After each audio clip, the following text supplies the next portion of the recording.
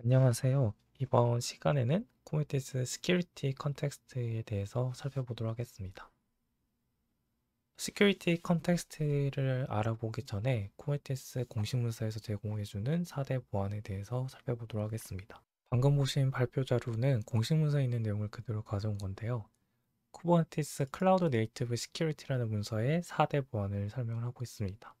그래서 여기서 말하는 4대 보안은 클라우드, 쿠버네티스 클러스터, 쿠버네티스 클러스터를 실행하는 컨테이너, 그리고 컨테이너 안에서 실행되는 코드, 이 네 개를 가리켜서 4대 보안이라고 합니다. 쿠버네티스에서 보안을 지킨다면 이 4대 영역을 지켜야 되고요.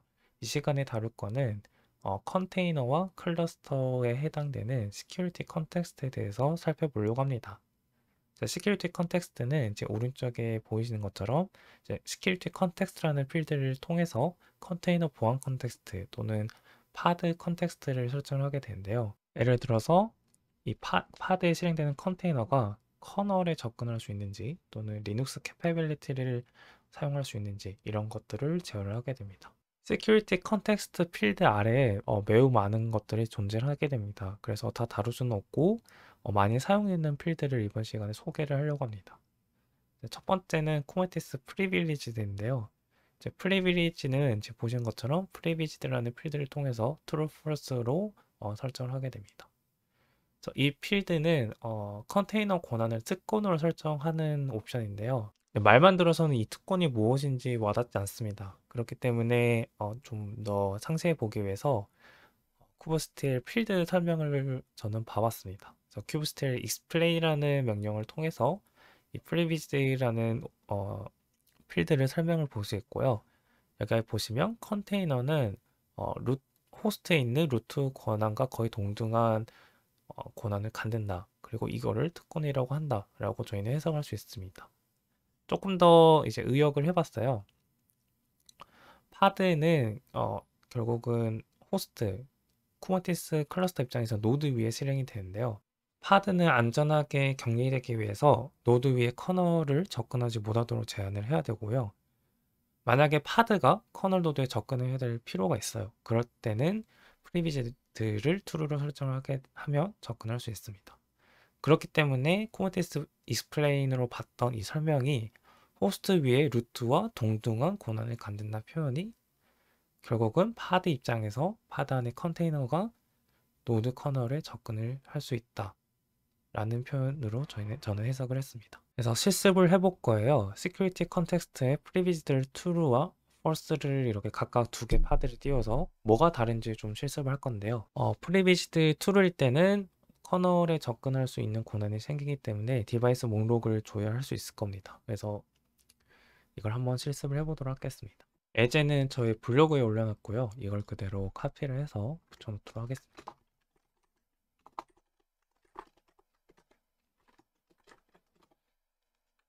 예제를 보시면 두 개의 파드를 생성을 하는데 한 개 파드는 프리비지드 true, 다른 파드는 프리비지드 false로 설정을 했습니다. 그래서 이걸 어플라이로 생성을 해볼게요.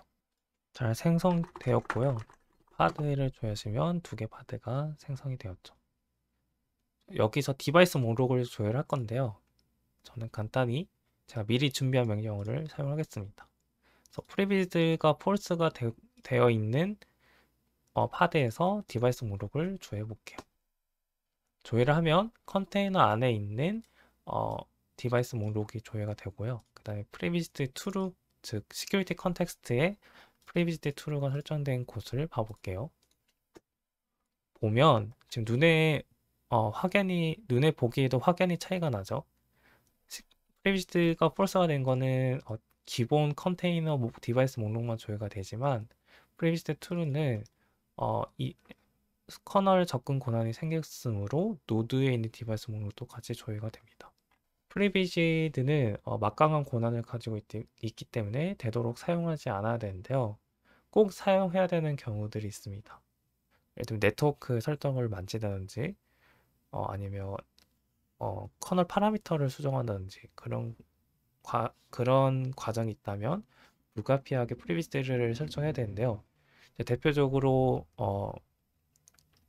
CNI들이 있고요. 칼리코 CNI 그리고 엘라스틱 서치도 이 어, 커널 파라미터를 수정해야 하기 때문에 프리비티 툴로 설정을 하고 있습니다. 자, 엘라스틱을 한번 봐보도록 할게요. 엘라스틱 헬륨을 전 사용을 했고요. 헬륨 템플릿으로 렌더링을 하게 된다면 어, 이 프리비스트 트루가 설정된 걸 확인할 수 있습니다. 한번 예제를 살펴볼게요. 엘라스틱 헬륨을 추가를 하고 그 다음 렌더링을 해보도록 하겠습니다. 그래브를 하셔도 되고요. 저는 이제 헬륨 템플릿 그대로 출력을 해볼게요.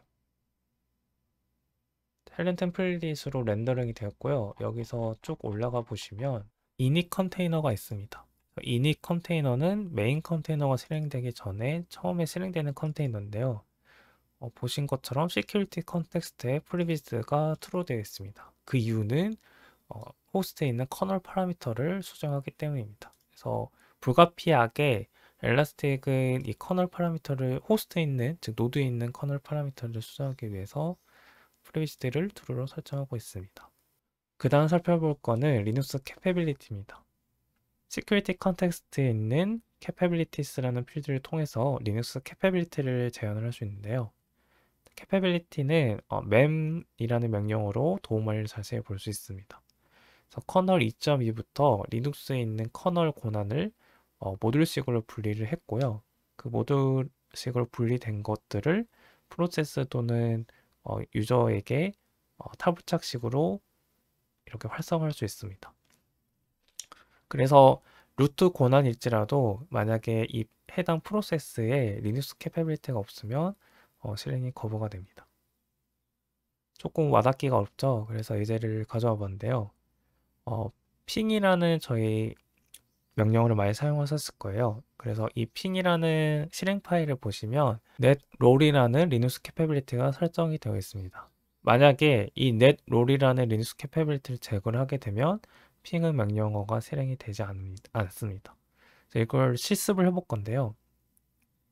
실습을 어떻게 할 거냐면 쿠버티스 시큐리티 컨텍스트를 통해서 net롤이라는 리눅스 캐패빌리티를 제거를 할 겁니다. 그 다음에 핑이라는 명령어가 실행이 안 되는 걸 저희는 확인하면 되겠죠. 이 내용도 저의 블로그에 업로드를 해놨습니다. 먼저 정상적인 핑 명령어를 실행을 해볼게요. netsht라는 파드를 저는 사용을 했고요. 이걸 그대로 복사를 해서 생성을 해보도록 하겠습니다.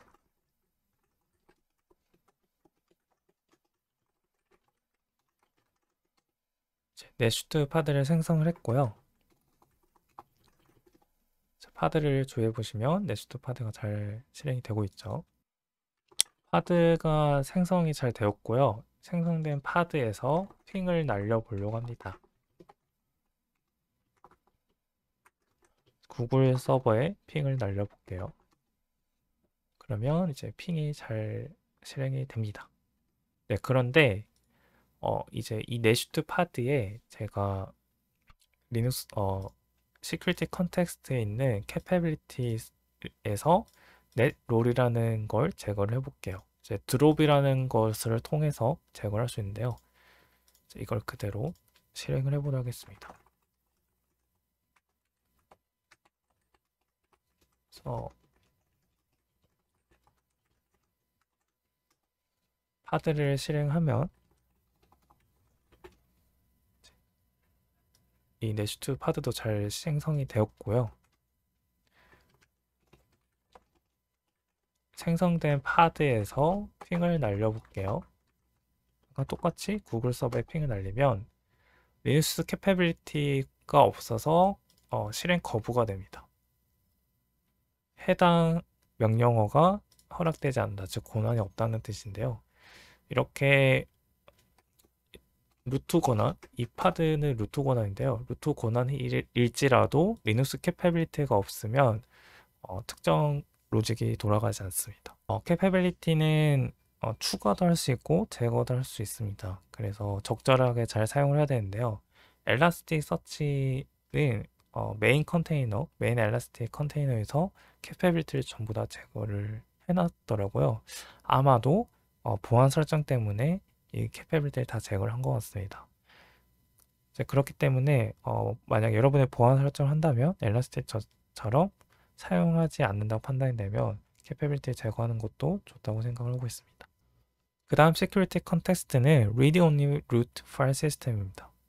말 그대로 컨테이너에 있는 루트 파일 시스템을 읽기 종용을 하냐 아니면 읽기 쓰기를 모두 허용하냐 대한 설정인데요. 그래서 이걸 이해하기 위해서는 컨테이너 파일 시스템에 대해서 알아야 됩니다. 도커 공식 문서에 있는 것을 가져왔는데요. 여기서 말하는 이 루트 파일 시스템은 오버레이에서 제일 위에 있는 머지드 파일 시스템이라고 이해를 하시면 됩니다. 그래서 오버레이는 각각에 대한 파일들을 머지를 해서 마지막에 마운트를 하게 되는데요. 이 머지가 최종 머지가 된 이 마운트된 파일 시스템을 저희는 루트 파일 시스템이라고 부르고 있습니다. 여기서 키워드는 이제 마운트인데요. 이 마운트를 할 때 쓰기 권한을 설정할 수 있냐 없냐에 따라서 파일을 수정 가능한지 불가능한지 설정할 수 있습니다. 그리고 이런 마운트를 제어하는 게 쿠버네티스에서는 리드 온리 루트 파일 시스템입니다. 컨테이너 파일 시스템은 카카오 엔터프라이즈 기술 블로그에 자세히 설명이 되어 있습니다. 그래서 이 링크를 타보시면 자세하게 설명이 되어 있고요. 그 링크를 제가 이렇게 준비를 해놨습니다. 그래서 여기 장문의 글이 있어요. 장문의 글을 읽어보시면 컨테이너가 어떻게 루트 파일 시스템이 구성되는지 이해할 수 있고요. 이 글이 나오기 전에 제가 미리 이제 공부한 흔적이 있어요.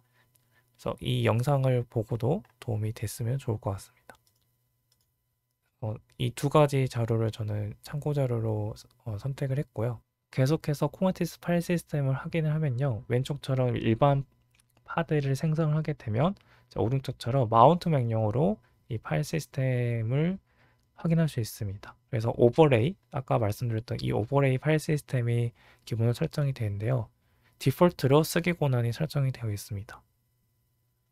하지만 시큐리티 컨텍스트에 리드 온리 루트 파일 시스템을 true로 설정한 경우에는 오른쪽 화면처럼 쓰기 권한이 제거가 됩니다. 이걸 한번 실습을 해보도록 하겠습니다.